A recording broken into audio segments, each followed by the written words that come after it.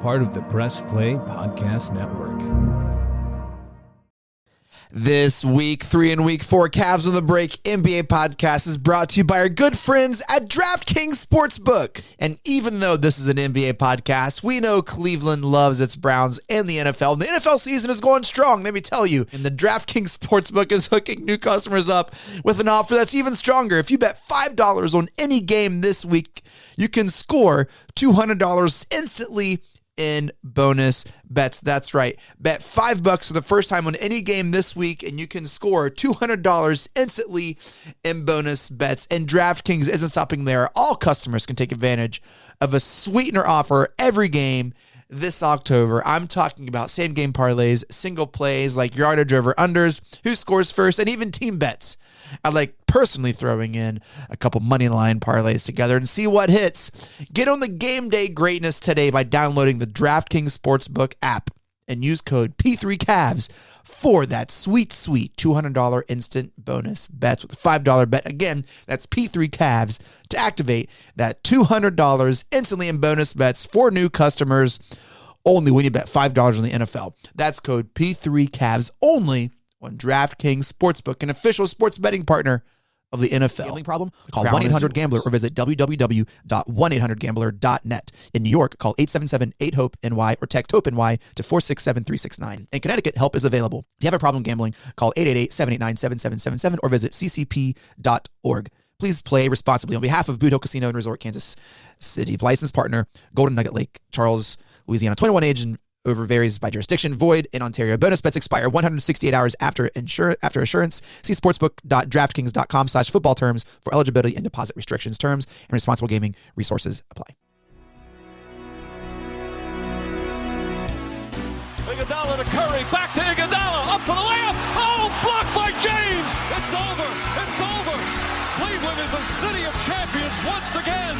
The Cavaliers are NBA champions. What's good, Breakers? That sound means it's time for Cavs on the Break NBA podcast presented by DraftKings, part of the Press Play Podcast Network. I'm your host, Chase Smith, and with me, NBA writer for HoopsWire.com. He's our Cavs insider, national NBA writer, Sam Amico. Sam, the holidays right around the corner, man. You guys ready? How you doing? Doing great. I'm very excited because I crushed you in week 1 of fantasy basketball, and now this week I'm crushing my own child. So I've had a good run lately. You are ruthless. True story. I need to set that lineup. I haven't in like 2.5 weeks. But no excuses in fantasy. That's rule number 1. No excuses. Also joining us, Sports at Fox 8. He's the host of Sabol Brothers, a co-host of Sabol Brothers on the Baseline podcast right here in the Press Play Podcast Network. John Sabol. John, what's up, baby? What's good? How's it going, guys? Hey, we're celebrating a Cavs West Coast trip that's over. Finally. Yes, and they went 500, which I believe was talked about right here on this exact podcast. So good job by you both. I think you both nailed that one. Excellent work. Sam and I are giving a virtual high five over Zoom. Virtual high. You guys are nerds. All right. Well, hey, let's see what happened. So as they stand, last week, the Cavs were 3-4, 2-2. They're 5-6 if you're good at math. 2 recent wins over the Warriors, a season sweep over the Warriors, which is always good to say, and Portland, and losses to the Oklahoma City Cloud Farts and the Kings. They stand 10th in the East, and I am concerned. I was trying to be cautiously concerned last week, and I am just full out concerned. Here is what I'm concerned about, and I'm basing this mostly off what I saw against the Kings, and I know they looked a little better against Portland. But here's what I'm concerned. They've gotten worse. Their defense is worse. The only person who is playing at the level they played at last year is Donovan Mitchell, even though Mobley is averaging, I think, career highs in points and rebounds and blocks. I believe he is up to this point. I'm seeing too much hero ball. I'm not seeing enough of a team, and I don't like the trajectory of where we're going. Sam, it looks like you don't share my concern. No, I first of all, I don't share your concern probably to the same degree, but I do see what some of the things that you're seeing, particularly on the offensive end. It's not been real cohesive. There has been a lot of, I don't want to say one-on-one, but a little bit of that kind of. It's not been real crisp. The offense give Mitchell the ball and get out of the way. That's what they're doing. That's pretty much what I saw at Portland. And obviously they were never threatened really in that game, but that was basically the offense. And I think, you don't want to get into that because it's just not sustainable. And we saw what the Knicks did last year in the playoffs when the Cavs tried to do that. They completely removed Mitchell from the series and tried to make the other guys beat him. And it just wasn't how they played all year, the Cavs. It wasn't how they played. So, they went down in 5 disappointing games. So, yeah, the trajectory of that offense that you speak of, I'm totally in agreement with. I mean, if we're at a concern scale, 1 to 10, 1 being we're going to win the championship, 10 being like something seriously wrong, I'm like at an 8.5. Like I'm almost at 10. John, you are concerned as well. Yeah, I mean, I'm not one to ever sound the alarm button on a team early on. I'm close. But there are some bad habits this team's forming early that can't be overstated. We talk about the hero ball. We talk about Donovan Mitchell, pretty much carrying the load on offense. And yeah, Evan Mobley's kind of stepped up his game a little bit. His stats are actually the best it's been so far in 3 years. He still hasn't taken that leap. We always talk about that. But when you are consistently, last year when you were the best defensive team, whatever rating and metric you have, and you go from one of the best to one of the worst in a short amount of time, meaning short amount of time in 9 games or so, that doesn't happen by accident. That is because of a lack of effort. And I don't know why. But at the flip side, you're still scoring points. And we kind of alluded to this at a high clip too. You can't win very many games in the NBA if you score over 100 points and give up over 100 points. When you have one dominant score, it's not going to work. So I don't know if I think it's definitely a lack of effort. I don't know why. I don't know why no one's bought it in. The only caveat to this, and the only excuses that I will say is that, yes, there were injuries early on. How? Darius Garland, Isaac Okoro, Jared Allen. I mean, that was early, and they still haven't meshed with the new pieces. With Max Strus and George Niang's kind of had a rough start as well. So I will be willing to give them a bone on that. It's still very early, but that's not what you want to see, at least effort-wise defensively, in my opinion, right now through 11 games now, I think, 5 and 6. Who's not having a hard time gelling? Dame Lillard in Milwaukee, Drew Holiday in Boston. Like other acquisitions. Yeah, but those guys are on a tier above a Strus and a Niang. You know what I mean? So like those are established. Lillard's stars. Lillard's having a tough time. Yeah, Lillard had 2 really good games, but he's had like 3 or 4 terrible games. And Milwaukee to me is not really that much better than the Cavs right now. I'm usually the really negative one on this podcast, I think. by far, at least when it comes to the battle of me and Chase. Chase is normally very positive. I'm normally more skeptical, but I didn't mean to cut you off, John, but I agree with you guys in the sense that, yes, I don't like I think the offense needs to be better because in the sense that it needs to be more of a unit. And what I saw the last couple games, Kansas City, Oklahoma City, even a little bit. Did I say Kansas City? Yeah, you totally just said Kansas City. We talking about the Kansas City. He also said Milwaukee is not much better than Cleveland, and so Sam's obviously a little like. Well, I don't think they are at this point. Oh, Sam. Okay, Chase. You know who? Take a look at Milwaukee's schedule and see who they've lost to, and see who they've beaten. I mean, they've had a couple of nice games, sure, but I mean, it's not been anything where it's just this team is just so far above everybody else. I think there's only 2 dominant teams in the East right now, and Milwaukee's not one of them. I think it's Boston and Philly. Boston and Philly, and they're beating each other up. Milwaukee's 2 games better in the standings, okay?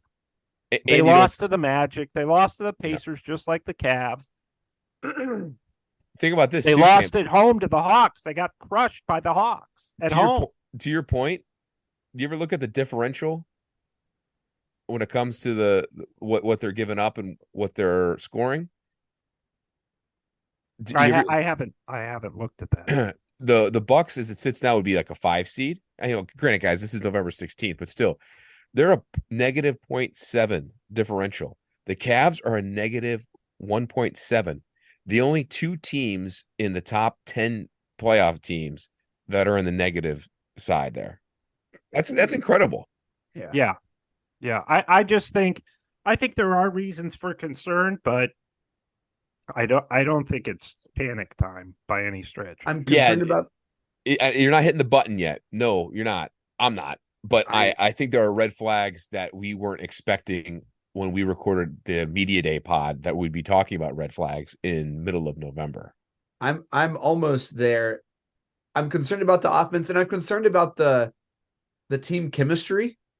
It doesn't seem like anyone's having fun. Strus is being interviewed after one of the games recently, and Tristan Thompson came up behind him and like gave him a pat on his shoulder. Oh boy, I saw that. Yeah. And Strus was like, "Who are you? Don't touch me." That's like, Strus. Say that. That's Max Strus for you, though.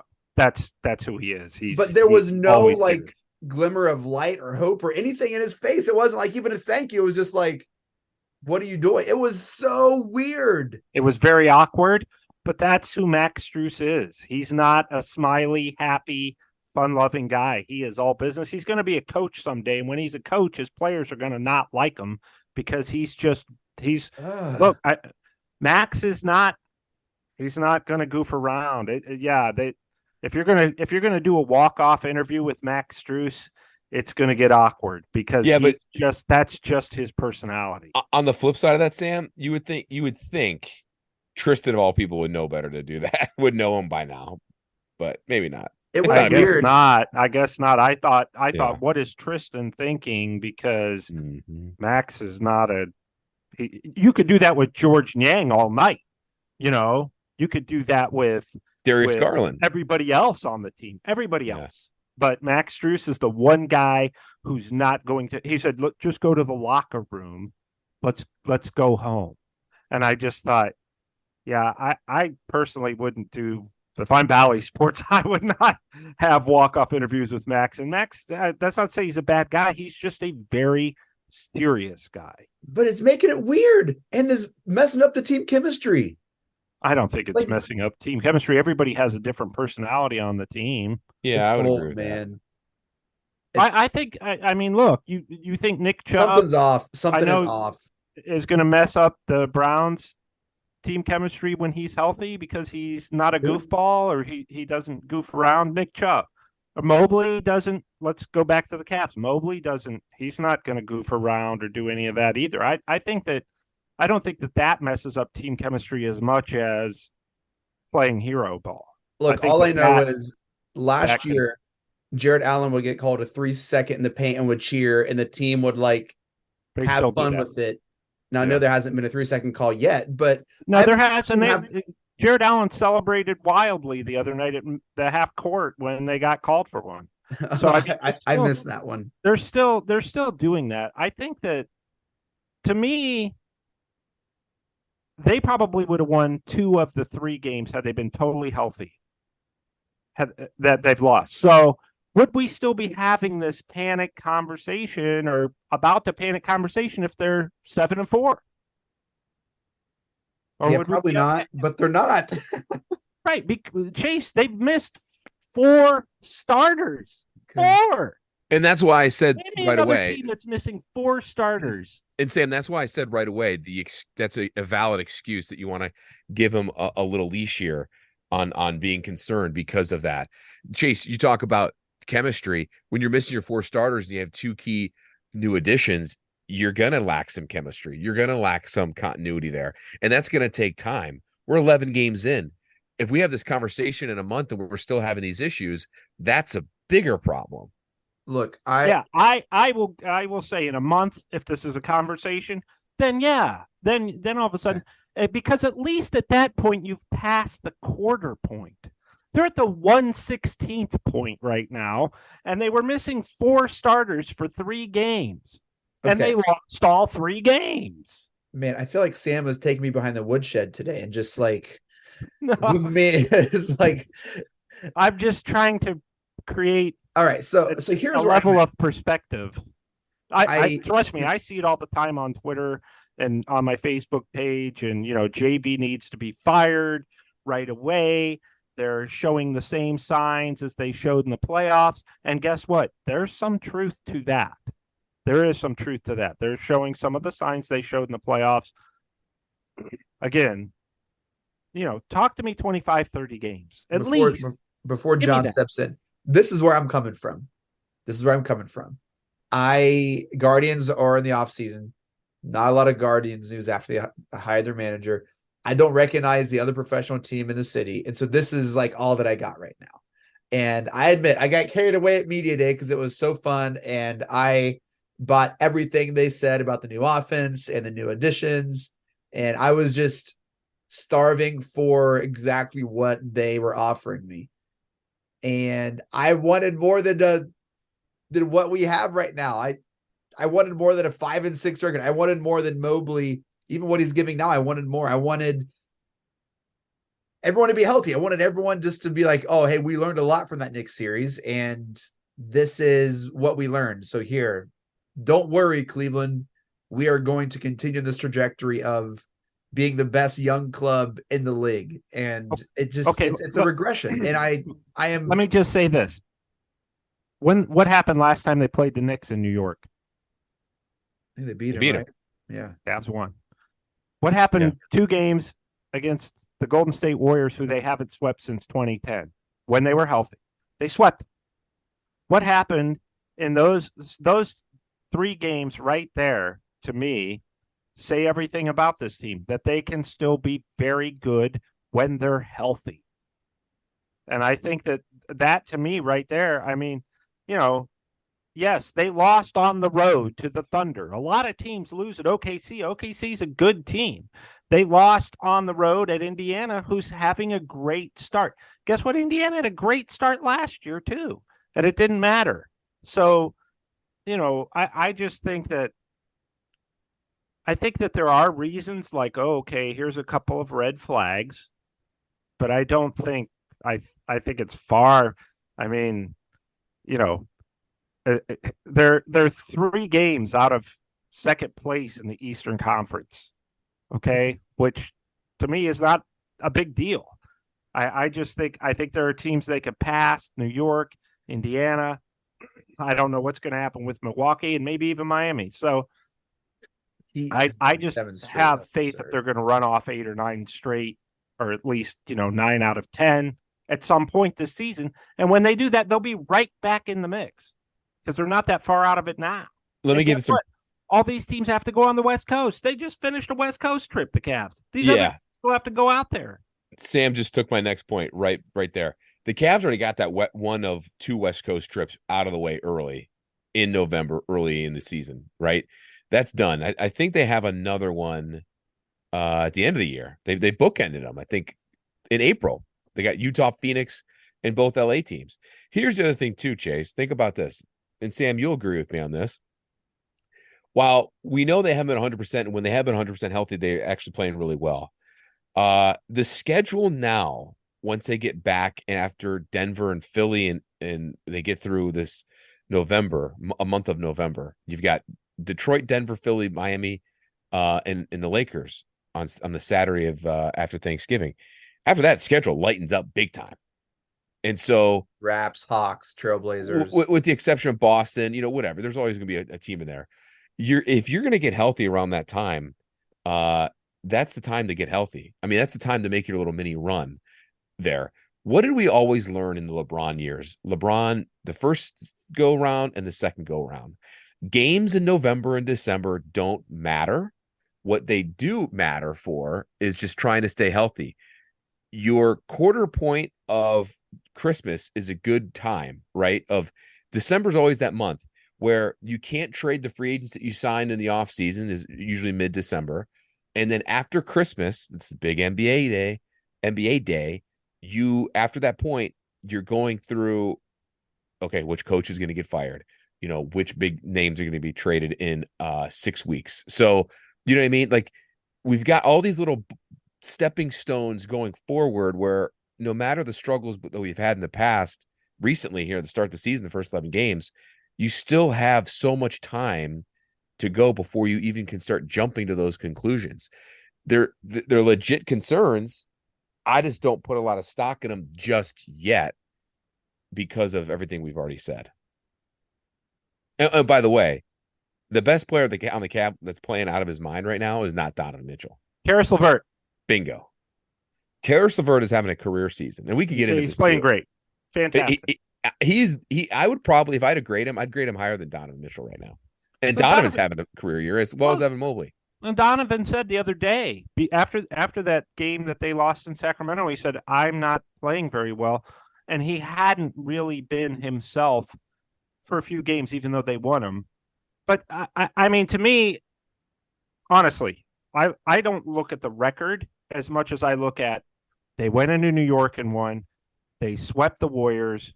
And when they're healthy, they're playing well. They went 2-2 on their longest road trip of the season, which in most NBA circles is a victory. If you go 4-0, that's a miracle.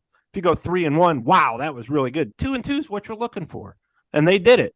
So I think that they're doing just enough. But I'm with Chase in the sense like, yeah, they're not dominating.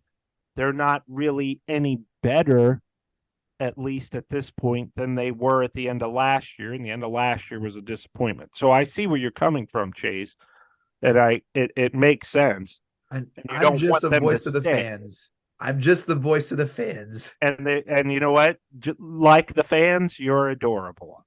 Oh, however, but I just think that there's a level here of, yes, even though they're not playing as great as everybody's hoping, because look, last year they started 8-1. I mean, everybody was all, yeah, we're great. We don't have Garland. We're 8-1. Well, that wasn't any more real than I think 5-6 is at this point. It's real to me, Sam. Yeah, that's a good point. To me. That's a good point. I know it was, and I can appreciate that. It's like Sam's on the beat of this team and is like has his finger on the pulse, man. Sam Amico. I'm usually the guy who's pretty much, skeptical, but I don't know. Maybe it's because I'm having so much fun covering the NBA like this again that I'm not going to let Chase bring me down. Sam, it's funny. They did start 8-1 last year, and then they went through that. Everyone was just praising the Cavs and Donovan Mitchell, and then they hit the bumps in December, and then they never really got it going again for little pockets here and there in February and March. I don't want to say they peaked too high. I think they beat some good teams, but at the same time, teams weren't 100% healthy that they faced that stretch either. So it's all in perspective. Yeah. Well, they're going to wrap up the week 4 slate today, Friday, as you're listening to this, 7:30 at the Rock. They host the Pistons, and then Sunday they host the NBA champion Denver Nuggets at the Rock. Sam, what are you looking forward to these next 2 games here coming back home? Well, the Pistons game, of course, is massive because it's the in-season tournament that I know so many people are excited about. I think that, I'll be honest, we've all seen this, that we've all watched enough NBA. These first game back after the long trips can sometimes get a team, and especially when you're playing an opponent that's not really going to excite you in Detroit because, the Pistons obviously are struggling. They're not very good. They're young. So those are the kind of games that you could come back and be real sluggish. So you got to be careful if you're the Cavs, because they, as NBA players will tell you about the opposition, they're an NBA team too. They have NBA players. So you got to be careful if you're the Cavs in that game. And then not only are you have all that going against you, but you're probably thinking, okay, we got the Joker and the Nuggets and the world champs coming to town 2 nights later, where you might be thinking about that. It's human nature. So, it's good. It's good be a good test. I think that they'll get past the Pistons no matter how poorly they play, if they do play poorly. And then, I really look forward to seeing them play against the Nuggets to see, how do you stack up against, obviously Nuggets don't have Jamal Murray right now. I don't know what the Cavs situation is going to be with Garland or Coro, if they'll be back by then, but it's still a good test to see when you're playing the team that won a championship. John, what do you expect from this Cavs team over the next couple of days? Yeah, I think that Friday game, the Pistons game, could be like a trap game off of a trip, like Sam alluded to. But I'm really, the one I got circled on the calendar is definitely the Nuggets game.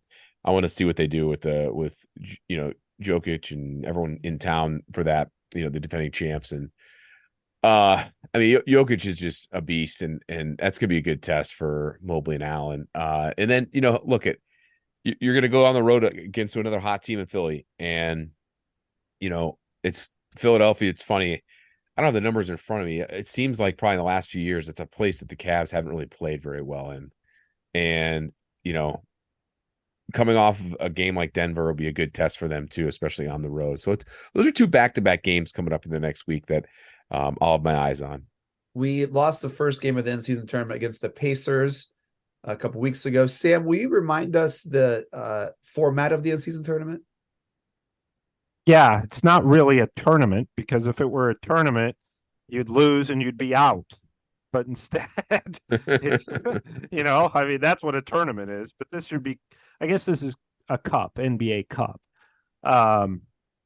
So, you have to, I think there's 5 groups in each stage, or each group, 5 teams in each group, and then you play in the group stage, and then the 2 teams, I think, John, is the 2 teams with the best record from each group advance, or it might be the 3 winners of each group and 1 wild card. I think Sam, I think you get 1 wild card, so there'd be 4 teams going to the tournament from each side. I think you're right. I've read this multiple times and I still don't understand it, and nor do I care. Which is right. I don't care either. Yeah. If I talked to Sam when we saw Mark Price over the summer, when we covered his basketball camp. Yeah. I asked him about this, and he was like, "Yeah, this is silly. Like, it is silly. Former players think it's silly, and the only reason why the NBA is doing this is because the ratings suffered the last 2 years, and they need something to spice up the middle of the year. This is a ratings grab, and for whatever reason, actually, the ratings are slightly up, because ratings across the NBA the last few years have actually plummeted. But this has somehow sparked a slight interest by fans. Because the courts are so bad. What's that? The courts are so bad. It looks like you're playing on at a YMCA somewhere. And where the Smurfs live. It's the YMCA. Right. Where I wrote this in my dribbles last night. I read your dribbles last night, by the way. You saw that I said I like the courts because I'm a sucker for packaging. I'm a sucker for marketing. I don't know. I just think they're kind of cool. I wrote in there, Chase, that I'm glad that we don't have to look at one of those in Cleveland. The Cavs have a great regular court. It looks like a basketball court. But I don't know. I just think I'm just a nostalgic guy, so I know in like a few years we're going to look back at these courts when they've done away with them and be like, oh, remember that bright red court? That was kind of cool. At least I will be. I remember I'm a nerd. Like the one thing the NBA does really well that other sports teams or sports leagues don't do well, and is market. NBA markets their stuff really well. NFL is the king of marketing. Major League Baseball is awful. NHL is awful. But the NBA has marketed this. They have turned this in-season tournament into a spectacle with these. You wear your city jerseys there. You wear or sometimes your city jerseys, or sometimes your regular jerseys. You have these new courts on there because you see them on social media and you're like, what is that? And sometimes these color schemes, these courts don't even match the team's color scheme that they have normally. So while it may not make sense, and while the idea of an in-season tournament is still stupid, it still brings some people to have some interest into it. I don't think it's very sustainable. We'll see. Just like how we talked a couple years ago or last year about how the NBA's All-Star game format's dumb. The idea of picking your players which in theory was a good idea a few years ago. But then the interest and ratings of the All-Star games changed. And so this coming year, this season, correct me if I'm wrong, Sam, they're going back to the East-West format. So the NBA is trying to get creative and trying to draw more interest in market. And while their marketing is good, I don't think this in-season tournament is all that cracked up to be. They tried to mold this off of a European model, which works in Europe for basketball and soccer and stuff, but I don't think necessarily works here. Well, I appreciate that in-season tournament breakdown. I think that's going to at least help just the casual fan be like, oh, wait, what's going on? Well, you know what else is going to help the casual fan? Us taking a break. And when we come back, we're going to touch on week 5 and 6, and then John's going to lead us in at this date in Cavs history. Stick around, Cavs on the break. Sam Amico, John Sabol. We'll be right back. What's up, everyone? I'm Holly Wetzel. And I'm Tigers Powell. And we are your hosts of The Orange is Oranger, a Cleveland Browns podcast on the Press Play Podcast Network. We give you all the dog pound coverage that you'll need to get you through the regular season, hopeful postseason, and I'd say off-season, Tyvis, but is there really ever an off-season for this team? Thankfully for our podcast, Holly, there really never is when it comes to the Cleveland Browns. Don't miss our breakdown of each week's matchup, game recaps, and any and all news out of Berea to feed your Browns appetite. As we know, Holly, dogs gotta eat. Yes, they do. So hit that subscribe button and never miss an episode of The Orange is Oranger, Cleveland Browns podcast on the Press Play Podcast Network. Looking for new insights on the Cleveland sports scene with a unique side of Cleveland sports history? Then you found the perfect podcast. I'm John Sabol. And I'm Scott Sabol, and we're hosts of the Sabol Brothers on the Baseline podcast, a podcast about Cleveland sports, but not your typical podcast about the land's sports teams. Join us as we embark on a journey of sharing a unique and historical side of Cleveland sports history with the help of some former Cleveland sports stars and other historical figures. All right here on the Sabol Brothers on the Baseline podcast, part of the Press Play Podcast Network. The R&R podcast going to be rocking and rolling with you because football season is underway. College, Ohio State, the Power Fives, the MAC, the Browns. Michael Regai, are you ready to rock and roll with some football? Kenny, I've been ready. This is our time of year. This is what R&R is all about. We're going to be with you every week. Kenny just said it. Browns, NFL, Ohio State centric. So you got to stay with us all fall and winter long here on R&R. That's right. The Regai and Rhoda podcast coming to you here on the Press Play Podcast Network. Subscribe now and don't miss a show.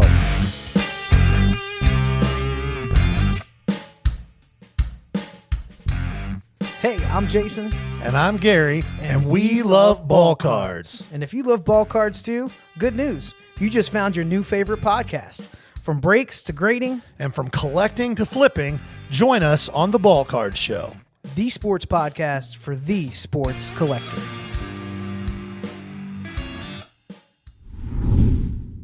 All right, we are back. Cavs on the break, presented by DraftKings. I'm here, Chase Smith, with Sam Amico, John Sabol. Hey, next week, the week of Thanksgiving, the Cavs have 4 games, actually, which is quite a bit since there's really no games on Thursday. The Cavs on Tuesday is another in-season tournament game against Philly. That's a nationally televised game, TNT. Hope to have everyone healthy for that game. Want to have a good showing, John mentioned, in Philly. Really see how we stack up. The very next day, we host the Miami Heat, who have, like I said, won 7 straight playing inspired ball. Saturday, we host LeBron and the Lakers at the Rock. And then Sunday, we host the Raptors at the Rock as well.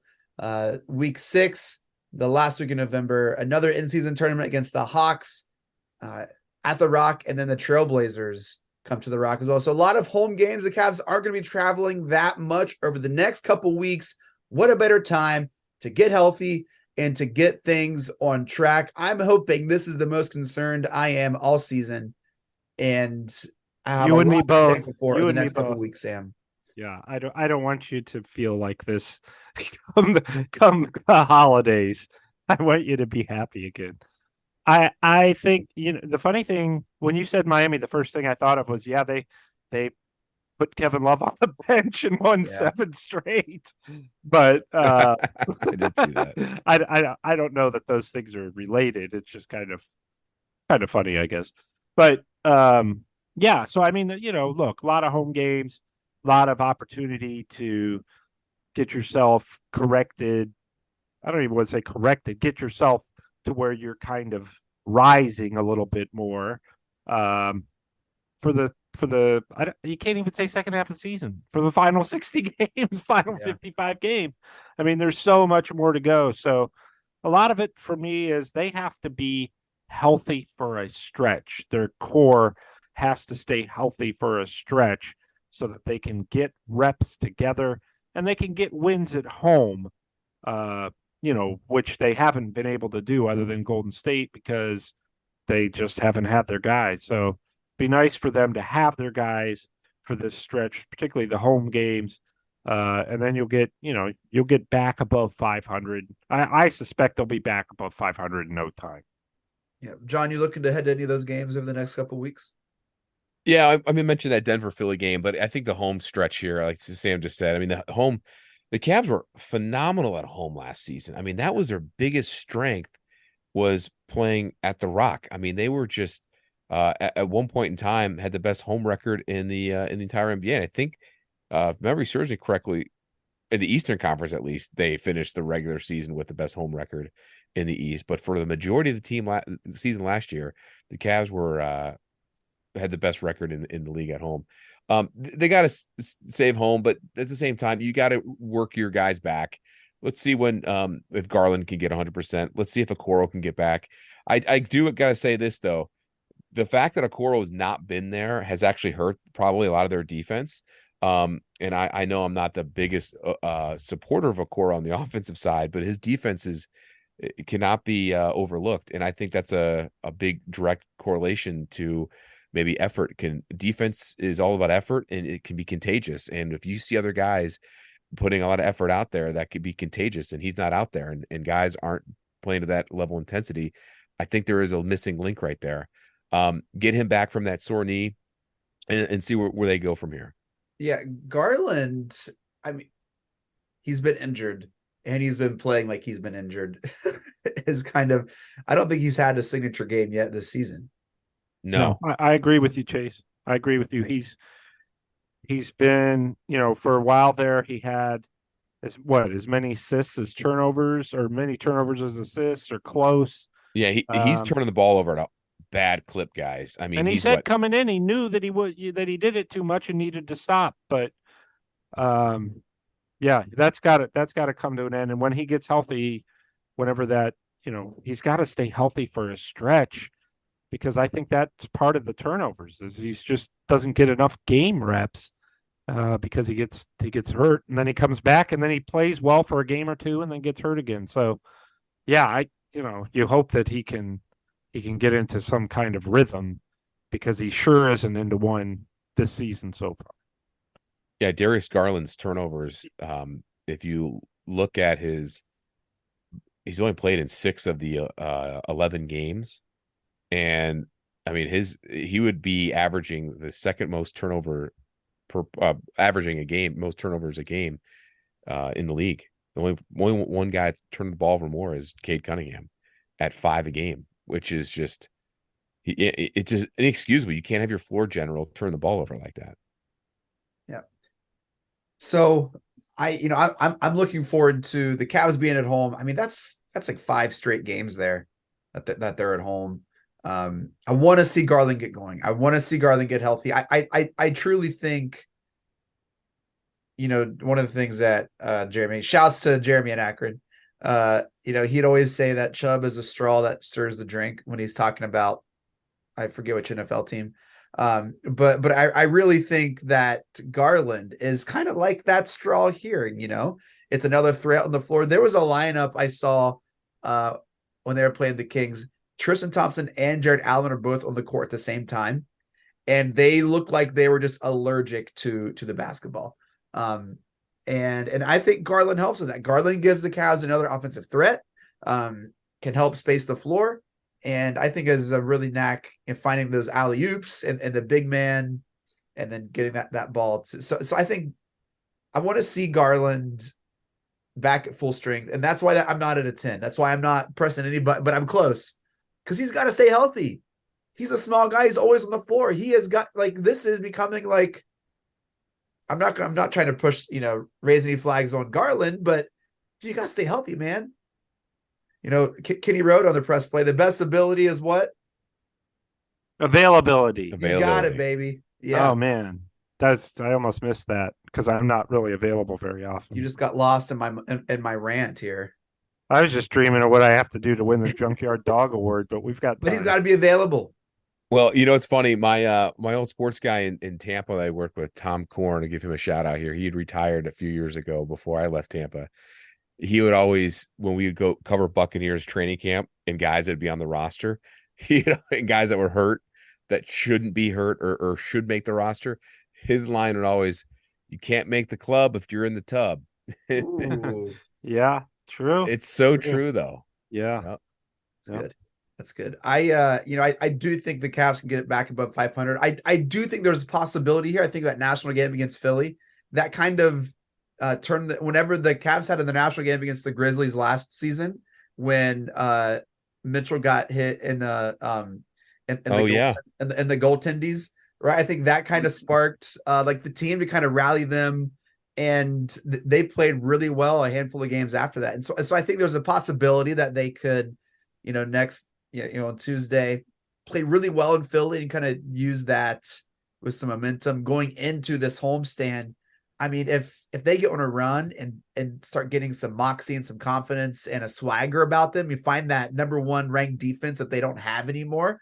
I mean, it's there, it's somewhere, but I mean, if you put a stomp to the Heat at home, to the Lakers, always good to beat LeBron, right? And Mitchell's going to be trying to alpha that. I mean, I just think there's a potential here for the Cavs to right the ship real quick. And in typical Cleveland sports fan fashion, I don't think they're going to lose another game. Like I think Chase is starting to get positive. Here we go. He's back. Go. I know we just had to work at it a little bit tonight, but other than that, no, I think if they find themselves on the victory side against Philly, I think it really could, start something here. And I want to see Garland get back. That's what I'm looking forward to over these next couple weeks. Any other thoughts on the next couple games here? I don't have any thoughts, but can I ask you guys two quick questions? Yeah. Number one, are the Indiana Pacers for real? Yes. For real. They're going to the playoffs. Yes. Okay. I would agree that. I would say that. Yeah. Yeah. Okay. Are the Los Angeles Clippers this bad? Are they going to stay this bad? They're not this bad. They're not this bad, but they're going to be bad, and I wouldn't be a bit surprised if they don't make the playoffs. You have a bunch of old A-list stars that are way past their prime, that are just, that's where basketball and assists go to die. Oof. So are you saying the Clippers are like the movie The Expendables? I guess you could say that. 3. Yeah, I was going to say the Expendables were okay for a little while. Yeah, the first episode, the first movie. Yeah, then yeah, maybe they're like Expendables 3, like you said. Yeah, I believed in the Pacers last year. I thought they were really tough out last year. I think they're really physical, great coach, one of the best point guards in the league, and they got guys that Buddy Hield can shoot. I mean, they got a good team, man. I think they're for real. I still can't believe the Kings a couple years ago traded Tyrese Halliburton there. Yeah, Sabonis is pretty good though, and it's worked out. Yes, he is. It's worked out for both It clubs. has. Yeah. It has. I still think Halliburton's ceiling's higher. He's younger, but I mean, that trade worked out for both teams, and I liked Halliburton out of college. I wanted the Cavs to take him back in that draft. I like him a lot. John, this day in Cavs history, what you got, baby? Okay, this is a date. Sam, I'd like to know where you were when this happened. Our younger Cavalier listeners may not know about this. If you watched The Last Dance, the Michael Jordan documentary, this was alluded to and mentioned a little bit in, I think, like the first 3 or 4 episodes, and right around that time. On November 16th, so it would have been, today is November 16th, 2023. So it would have been 1989. So if I could do math real quick, that was 34 years ago today. I was 2. The Cavaliers, I was 4. The Cavaliers traded Ron Harper 70. Go ahead. To the Clippers. Now, the issue here, there's a lot here into the story. But the Cavs traded Ron Harper, who at the time Give me a comp to what Ron Harper would be now, Sam, for our younger listeners. To in the NBA. now, like it kind of like A Bruce Brown. No, way better. Like an Chase. Anthony Edwards. Yes. Yeah. He was Yeah, never like an Anthony Edwards. Look at Chase. He Chase. was Anthony Edwards amazing. is one of the top 10 players in the league. Ron Harper was one of the top 10. When he was with You're the Cavs, saying in he was probably 1989, 10 Ron or Harper was 15. one of the top 10 players in the league. 1980-89. Let me see, Chase. 88-89, because that's when he would have been. Chase, That's he was what- the Cavs drafted him with the 8th pick in the 86 draft. And at the time when they traded him, his rookie year, he averaged almost 23 points a game.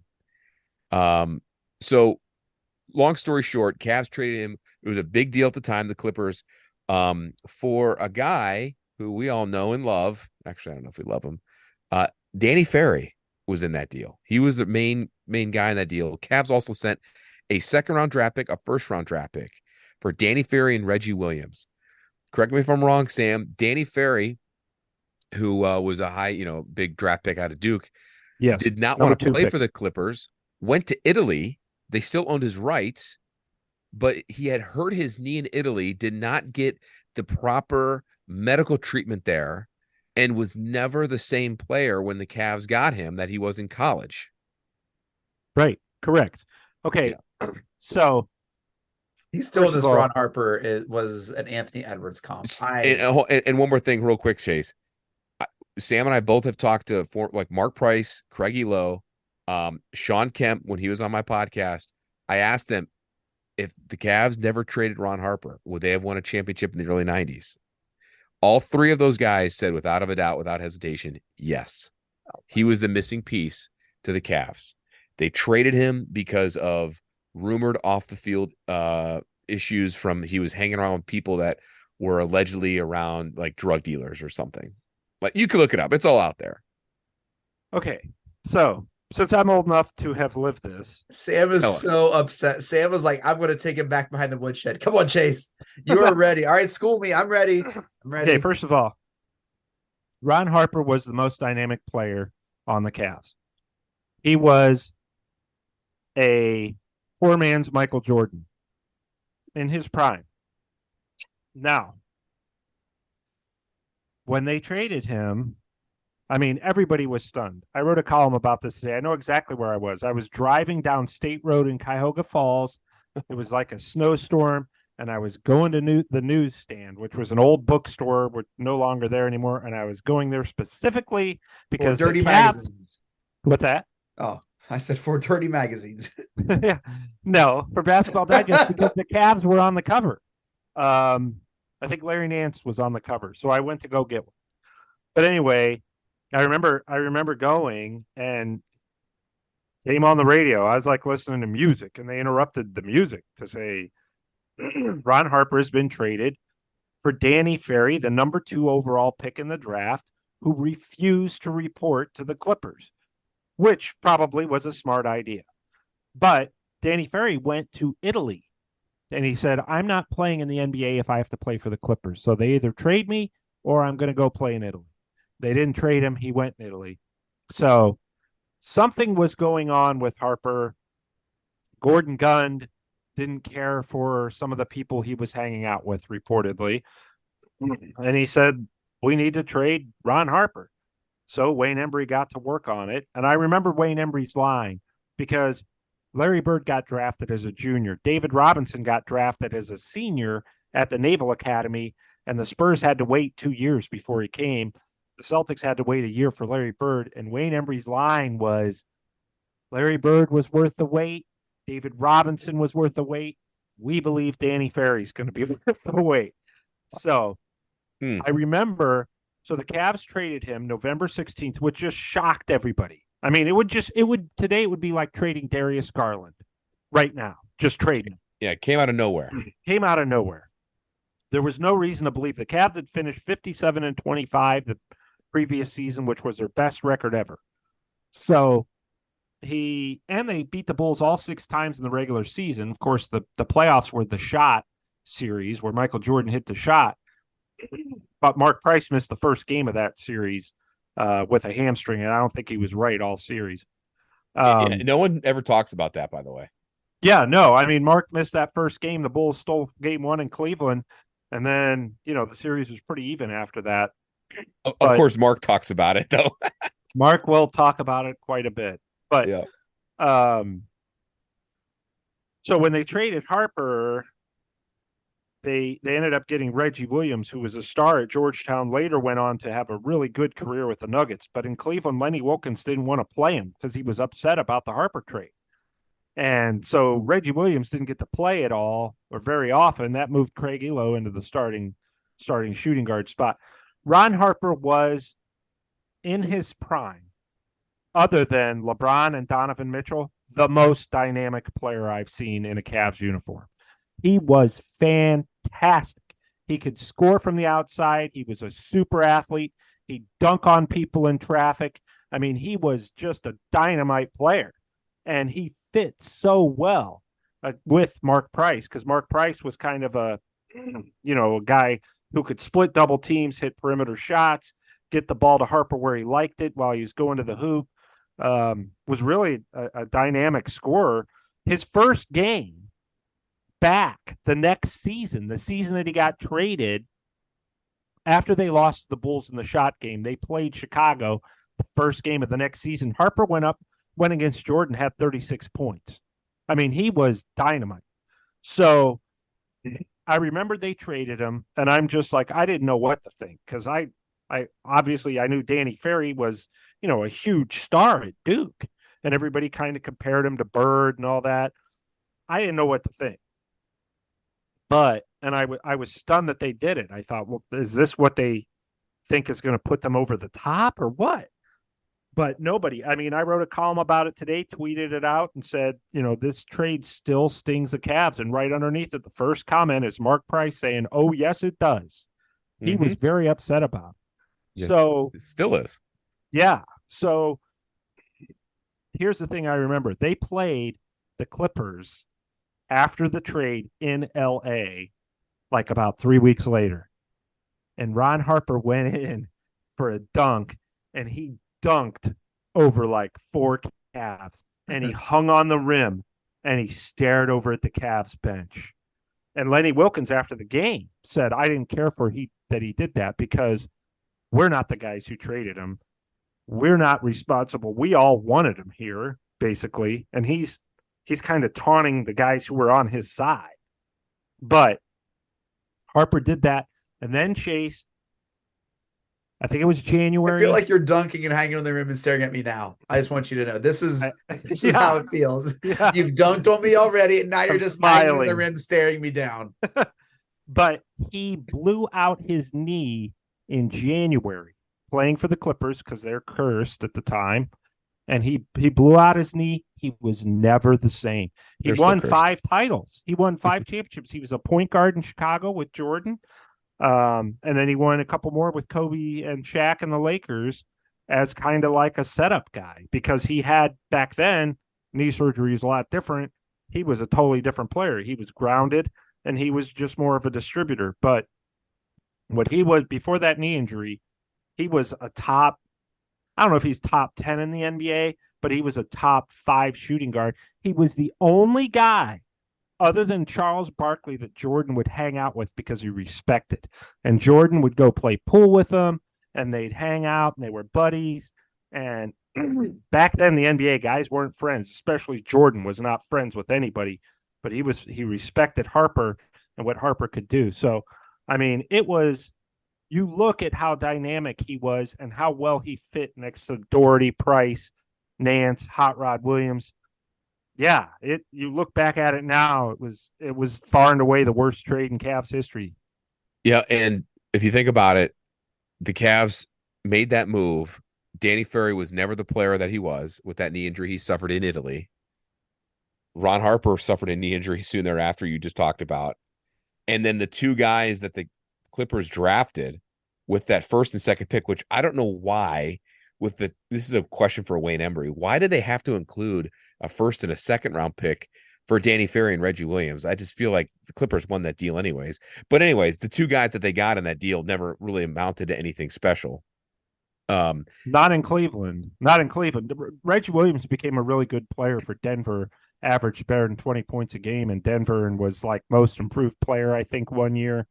No, what I'm saying is, Sam, the guys, the Cavs didn't get a first round pick. They sent the first round, and that pick became Loy Vaught. Yes, who was and the power forward who was a nice player for the Clippers for a long time. Right, and the other one was Elmore Spencer. I don't know him. Yeah, but what I'm pointing, those guys never, it wasn't like, oh my God, they got these superstars in that trade. Jordan in The Last Dance said, I can't remember the exact quote, but he said something along the lines of like, we were stunned that the Cavs traded them because they knew that door in the Eastern Conference opened for the Chicago Bulls when the Cavs traded Ron Harper. Jordan basically said that. That was the only guy that not Jordan feared necessarily, but knew that anybody else in the East there could go toe-to-toe with him. I remember after that trade, the Bulls started putting Jordan on Mark Price. Jordan would go guard. He couldn't do that before. He had to guard Harper. Well, now, they could put whoever on Elo, and then Jordan would go guard Mark Price, and that really changed the dynamic of that matchup. The Cavs were never able to overcome, kind of that. Jordan obviously being 5-6 inches taller than Price and a top defender to boot. And one of Jordan's great lines was, when he first switched over onto Mark Price, they asked him, why did you switch over? And he said, well, I've got a height advantage, and frankly, the refs are going to let me get away with a little bit more because I'm Michael Jordan, so, and they did. So, I mean, it always worked out, and that changed the course of that rivalry for the rest of history. Yep. Wow. Yep. 34 years ago today, the worst trade in Cavs history, one of the worst in Cleveland sports history, went down and provided the Bulls with a lot of rings and Ron Harper a lot of rings, especially later in his career. And the Cavs never, ever got over that hump. They never got to that point. And it's interesting. If you don't make that trade, those 90s Cavs teams could have won maybe a title or two. And when I tell people this real quick, Chase, we'll wrap this up here. Those Cavs teams with a Ron Harper and a Mark Price, Larry Nance, Brad Daugherty, Hot Rod Elo, were probably compared to teams that never won anything. I would compare them to like those late 90s, early 2000s Sacramento Kings they had a great point guard. They could shoot the three. They had a big body, Chris Webber, Jason Williams, Peja Stojakovic. Yeah. Bobby Jackson was there. Vlade. I mean, I think that's probably the best comp of those Cavs teams that never got over the hump because of that trade. And then like those Kings teams never got over the hump. They didn't make a trade necessarily, but the Lakers of Shaq and Kobe always got in their way. And people forget how good those Kings teams were. The Cavs were just as good, maybe better. It was 30 years ago last season that the Cavs last got to the Eastern Conference Finals. Even though they made that trade, they got to the Eastern Conference Finals without LeBron. So it was 30 years ago last season. So now we're getting into beyond 3 decades. Well, but Chase, I was not aware. Real quick, out of his first 6 seasons, 4 of them, Ron Harper averaged better than 22 points a game. I digress. Ant-like. What? And Ron Harper's son is in the NBA right now. Is he with the Raptors? Raptors 905, I think. Yeah, Ron Harper Jr. Yep. Went to Rutgers. Yeah. Yep. Ooh. Well, what an education. Thank you so much, Sam and John, for that. I hope you guys learned or commiserated as much as I did there. It just par for the course for Cleveland fandom. Like that makes total sense. And it's just nice to know that I'm not, it's just the troubles that seem to follow the football team in the 80s just seem to just continue right on with other sports. And so no lack of tragedy if you cheer for any team in Cleveland. It just seems that is just always there. So thank you for that. Appreciate it. Well, that does it for this episode of Cavs on the Break NBA podcast. Thank you all so much for downloading and listening. Shouts to the Press Play Podcast Network. excuse me, for making this possible. Make sure to follow us on Twitter at Cavs on the Break. We always follow back. Shouts to DraftKings. Download right now and use code P3Cavs to sign up. New customers can take home $200 in bonus bets instantly just for using our code and betting $5. That's code P3Cavs only on DraftKings Sportsbook, an official sports betting partner of the NBA and NFL. The crown is yours. You can follow Sam on Twitter at Amico Hoops. Catch all of his works and writings at hoopswire.com and at Wire Hoops. Follow John on Twitter at John_Sabol. And I have to say, the Junkyard Dog Award tonight, Sam, far and away is you. I don't know if there's ever been a more dominant performance of a Junkyard Dog Award than Sam. John, do you agree? Absolutely. The going back, what he was doing 34 years ago, the day of the Ron Harper trade. I'd love to know where you were driving. That was pretty cool. And the firsthand account of that is maybe worth 2 Junkyard Dog Award chains, if you ask me. Well, for the first time since qualifying for the Denny's Grand Slam, I won an award for being old. Oh my goodness. The Denny's Senior Slam. Sorry. I get discounts now. Oh man. Sam, final thoughts, my man. Yes, Cavaliers fans, do not be worried. Do not be concerned. It's going to be all right. If I assure you, if they stay healthy, they will be back in the top 4 or 5 in the Eastern Conference by, I'm going to say, New Year's. I'll say New Year's, they'll be back in the top 4 or 5, if not before then, but then at the latest. So no panic. It's just early season blahs right now. John, any final thoughts from you? Early season blahs have turned into some minor red flags that if things don't get turned around by New Year's, we could have some problems. I do have faith it will get turned around. I think they will, but I think the concerns are valid. But we just got to let these guys breathe. We got to let them get healthy. We got to let these new additions get some more reps under their belt in the continuity and chemistry to build.